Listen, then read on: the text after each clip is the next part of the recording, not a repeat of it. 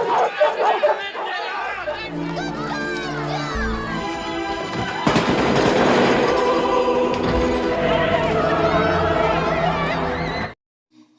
rek, piye kabare kabeh? Lah apik-apik wae to? Alhamdulillah lah apik-apik wae. Oke, kali ini kita bakalan bahas tentang peristiwa Holocaust. Ya, peristiwa kelam yang didalangi oleh Hitler ini menewaskan begitu banyak warga Yahudi di Eropa. Diperkirakan 6 juta warga Yahudi tewas atas kejadian mengerikan ini. Dan menurut Wikipedia yang saya baca, ternyata jumlahnya jauh lebih banyak daripada jumlah tersebut, yaitu mencapai 17 juta jiwa cuy. Nah, ngeri banget emang. Bahkan, anak-anak yang tak berdosa pun tak luput menjadi korban dari tragedi ini cuy. Nah, peristiwa ini yang mendorong Steven Spielberg untuk membuat film ini. Tayang pada 1993 silam dan dibawakan dengan nuansa hitam putih yang menggambarkan bagaimana kelamnya suasana Eropa saat peristiwa itu sedang berlangsung. So, tanpa basa-basi, langsung gas ke kontennya. Cerita diawali dengan diperlihatkannya keluarga Yahudi yang sedang berdoa. Perlahan lilin yang mereka nyalakan pun mati dan suasana pun seketika menjadi hitam putih, yang menggambarkan betapa ngerinya pada masa-masa tersebut. Kemudian, pada tahun 1939, pasukan tentara Jerman berhasil mengambil alih Polandia dalam waktu 2 minggu. Kini, semua warga Yahudi diharuskan untuk mendaftarkan semua keluarganya untuk direlokasikan ke kamp konsentrasi yang berada di kota Krakau. Dan lebih dari 10.000 orang Yahudi dipindahkan setiap harinya menggunakan kereta.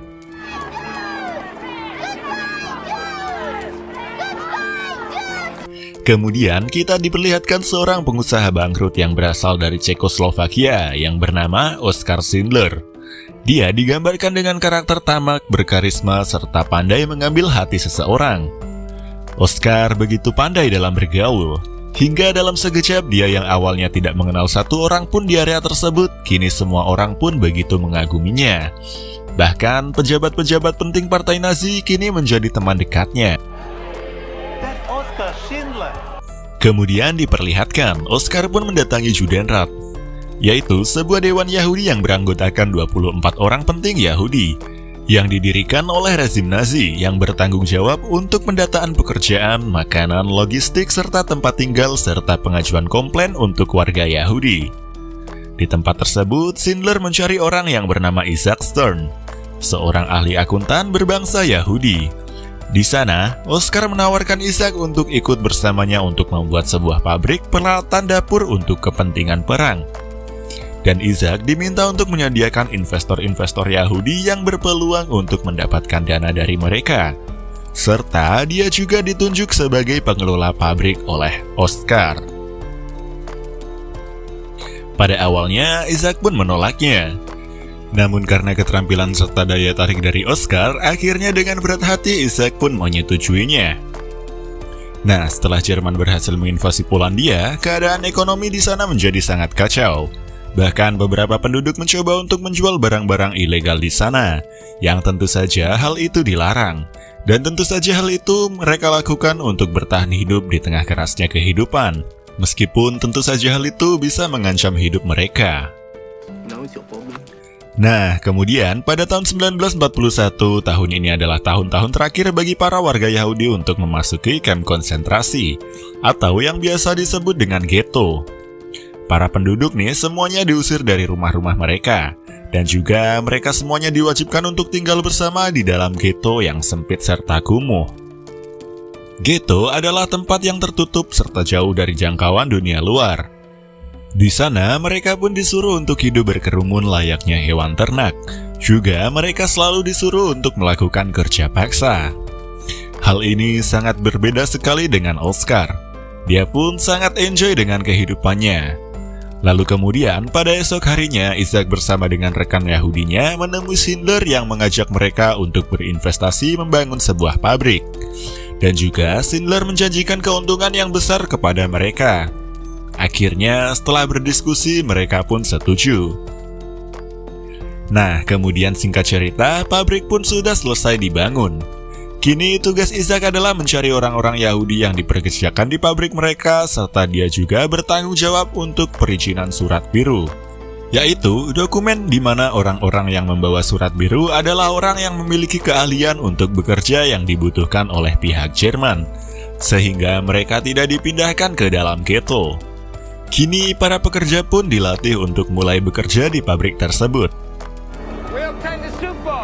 Dan juga Schindler juga mencari beberapa wanita yang akan dipekerjakannya sebagai kandidat sekretarisnya. Nah, di balik semua itu, ternyata upah para pekerja Yahudi diharuskan untuk disetorkan kepada pasukan Jerman terlebih dahulu. Dan hal itu sama saja dengan mereka adalah pekerja paksa yang tidak menerima gaji. Ternyata Schindler memanfaatkan para pekerja Yahudi untuk kepentingannya sendiri dan meraup omset sebanyak-banyaknya. Sekarang pabrik Schindler pun telah berdiri sukses. Serta tak lupa dia juga mengucapkan terima kasih kepada teman-temannya para perwira tentara Nazi karena telah mendapatkan izin untuk membangun pabrik di wilayah kekuasaan mereka. Dia juga sempat mengucapkan terima kasih kepada Isaac. Namun bisa kita lihat ternyata wajah Isaac tidak terlihat begitu gembira. Mungkin saja dia memikirkan nasib teman-temannya yang begitu tragis di sana. Keesokan harinya, seorang masinis datang untuk menemui Oscar. Dia begitu bersyukur dan berterima kasih lantaran Oscar sudah mengizinkan pria tua sepertinya bekerja di pabrik miliknya, sehingga dia tidak dibunuh oleh tentara Jerman. Tetapi Oscar menyadari bahwa pria itu sudah terlalu tua, dan dia juga hanya memiliki satu tangan nih cuy. Setelah orang itu pergi, Oscar pun marah besar kepada Isaac karena dia telah memilih orang yang tidak kompeten di pabriknya. Dan benar saja, ketika kerja paksa dimulai, orang itu langsung dibunuh oleh tentara Jerman karena lambat dalam bekerja dan tidak berguna menurut mereka. Kejadian tersebut pun diprotes oleh Oscar kepada perwira Nazi karena produksi pabriknya mengalami keterlambatan 1 hari karena hal tersebut. Dan dia pun juga meminta ganti rugi. Kemudian saat sedang mantap-mantap di rumahnya, dia mendengar kabar bahwa Isaac masuk ke dalam daftar orang yang tidak dibutuhkan dan dia akan segera dipindahkan ke ghetto. Kemudian Schindler pun segera bergegas menuju stasiun yang membawa para Yahudi ke dalam ghetto. Awalnya petugas stasiun menganggap remeh Oscar, namun dengan sedikit ancaman, akhirnya mereka pun membantu mencari Isaac yang berada di dalam gerbong kereta yang sudah mulai melaju perlahan. Dan Isaac menjelaskan bahwa dia lupa membawa kartu kerjanya. Kartunya ketinggalan di rumah yang membuatnya ditangkap oleh tentara Nazi. Dan di samping itu, ternyata barang-barang bawaan orang Yahudi ternyata tidak dikirim bersama dengan mereka. Namun malah disita oleh tentara Jerman untuk diuangkan cuy. Di dalam ghetto terlihat para investor yang menjalin hubungan dengan Oscar pun kini mereka mulai bangkrut. Dan mereka pun juga hidup berdampingan dengan para Yahudi lainnya. Ternyata janji manis yang diucapkan oleh Oscar dulu hanyalah omong kosong semata.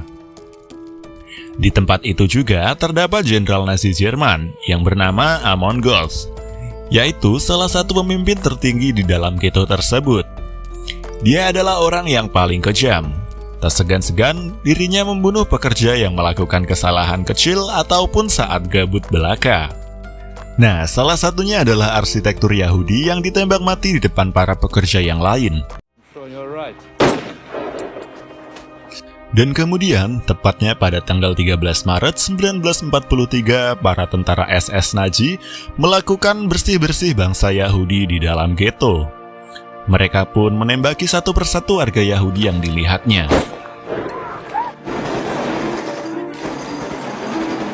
Nah, barang-barang berharga milik mereka juga ikutan dirampas cuy. Hingga beberapa keluarga nekat menyembunyikan barang-barang berharga miliknya di dalam makanan dan menelannya. Dan di sisi lain, di rumah sakit tepatnya, orang-orang yang tak berdaya pun lebih memilih untuk meminum racun supaya mereka meninggal dengan tenang, ketimbang ditembak mati oleh tentara Nazi. Dan hal itu membuat orang-orang yang ketakutan pun bersembunyi di celah-celah bangunan. Bahkan juga banyak orang yang bersembunyi di antara saluran air. Kemudian di waktu yang bersamaan, Schindler yang sedang berkuda melihat dengan mata kepalanya sendiri kekejaman tentara SS Nazi. Mereka, para tentara Nazi, menembaki dengan sadis orang-orang Yahudi yang mereka lihat. Akan tetapi, Oscar hanya bisa terdiam melihat kekejaman para tentara itu. Kemudian di dalam scene inilah kita bisa melihat warna selain warna hitam dan putih. Terlihat seorang gadis kecil bermantel merah yang sedang menghindari tentara-tentara tersebut. Banyak yang berpendapat warna merah tersebut adalah warna kehidupan yang penuh makna dan harapan. Dan juga kejadian mencekam itu pun berlanjut hingga malam hari. Para tentara masih mencari warga Yahudi yang bersembunyi, dan tujuan mereka adalah untuk menghabisi semua warga Yahudi yang berada di dalam ghetto tersebut.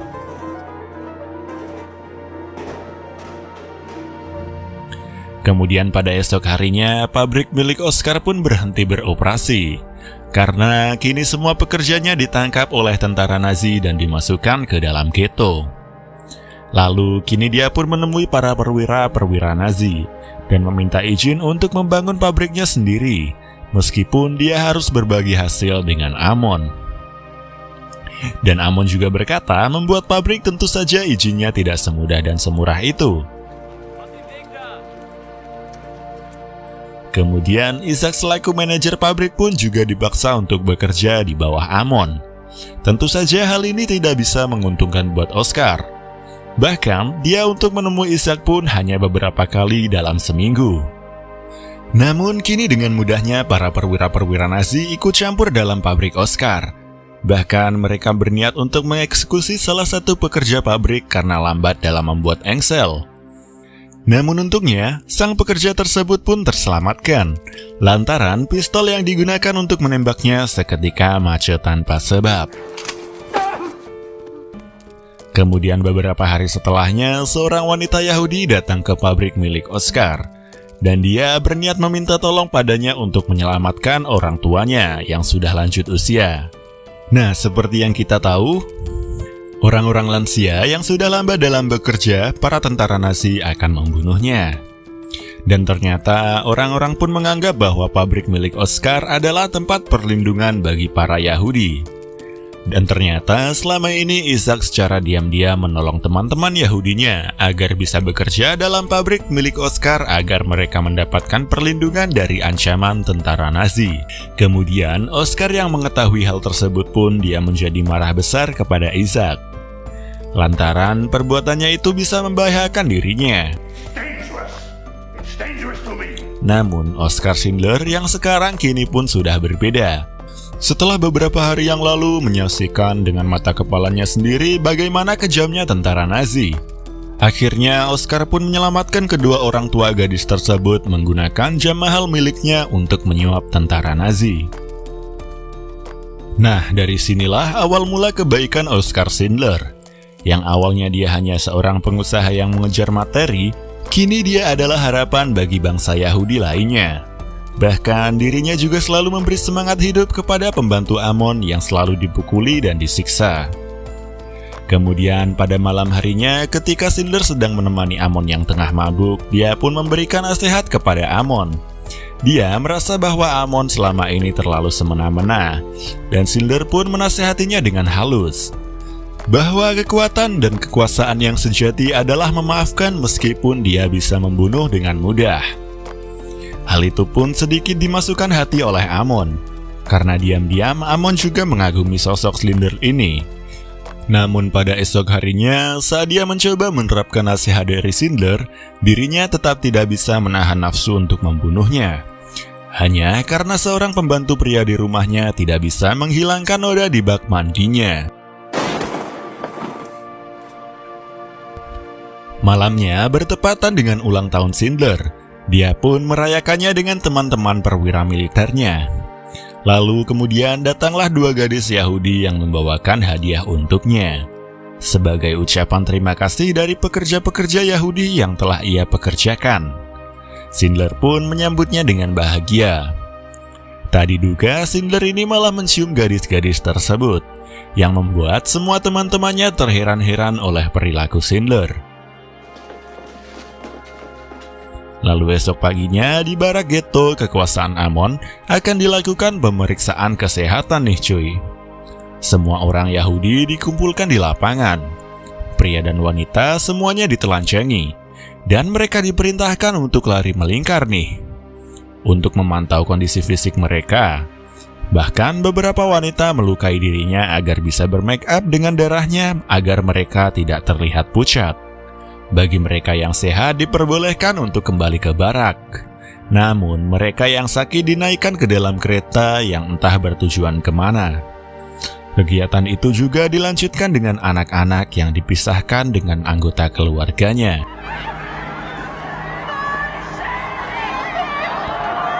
Beruntungnya, beberapa anak berhasil bersembunyi dari kejaran-kejaran tentara Nazi. Sesaat kemudian, Schindler datang bertemu dengan perwira-perwira tentara Nazi. Dia yang melihat kekejaman itu tidak tega melihatnya, dan mengusulkan untuk menyemprot para orang Yahudi yang berada di dalam kereta dengan air. Dalam hatinya, dia sangat kasihan terhadap orang-orang Yahudi yang berdesak-desakan dan kehausan di dalam gerbong kereta. Amon pun menyetujui idenya, dan menganggap hal itu sangatlah konyol.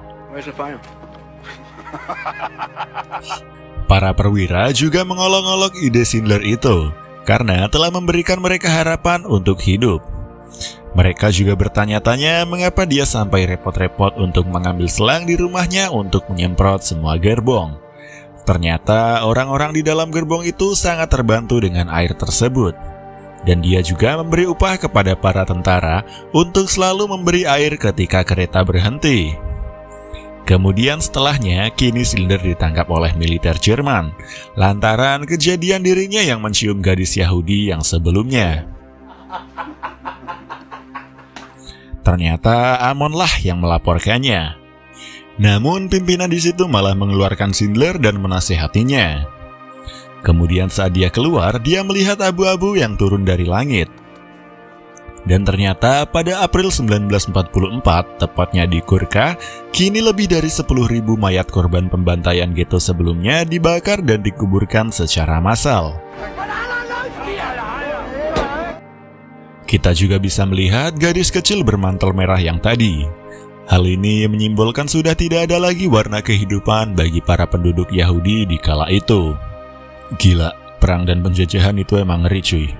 Amon juga berkata bahwa pabrik milik Schindler akan ditutup 30-40 hari ke depan, dan semua pekerjanya akan dipindahkan ke kota Auschwitz.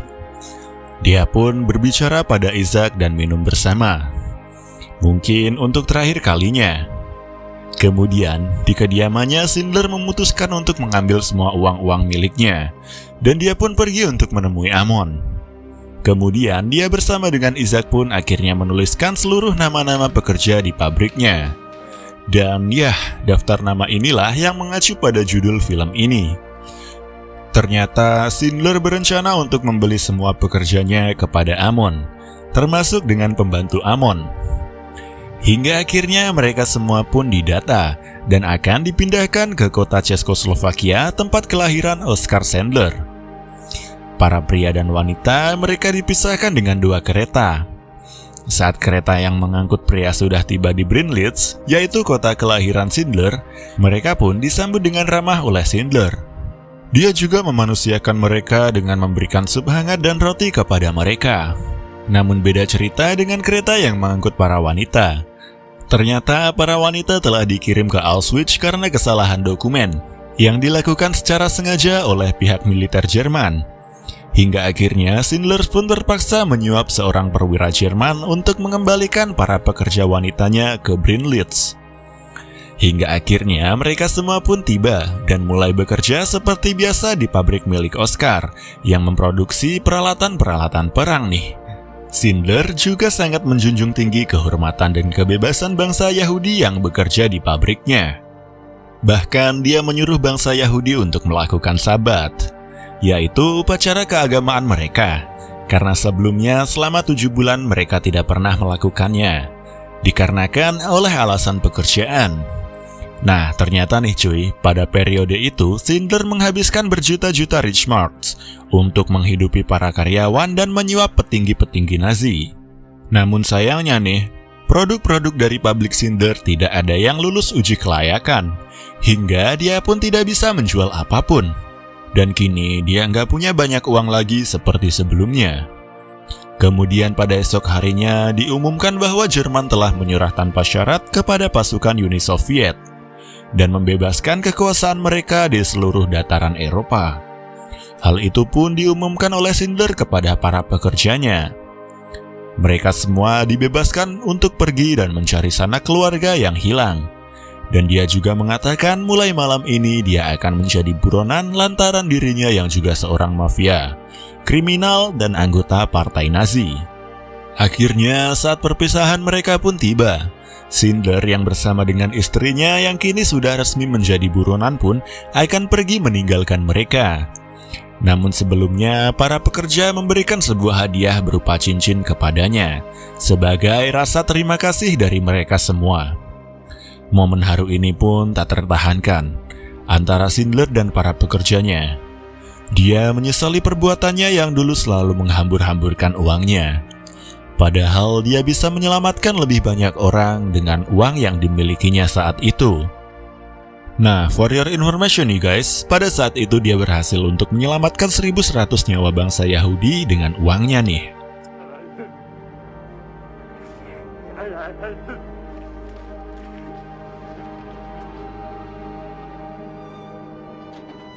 Kemudian esok harinya pun para orang Yahudi ini ketika mereka dibebaskan oleh tentara Soviet, mereka pun menempati sebuah kota baru.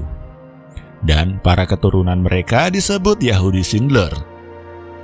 Kemudian Amon yang kini ditangkap oleh pihak Soviet pun karena kejahatan perang, dirinya kini dihukum gantung atas perbuatannya nih cuy.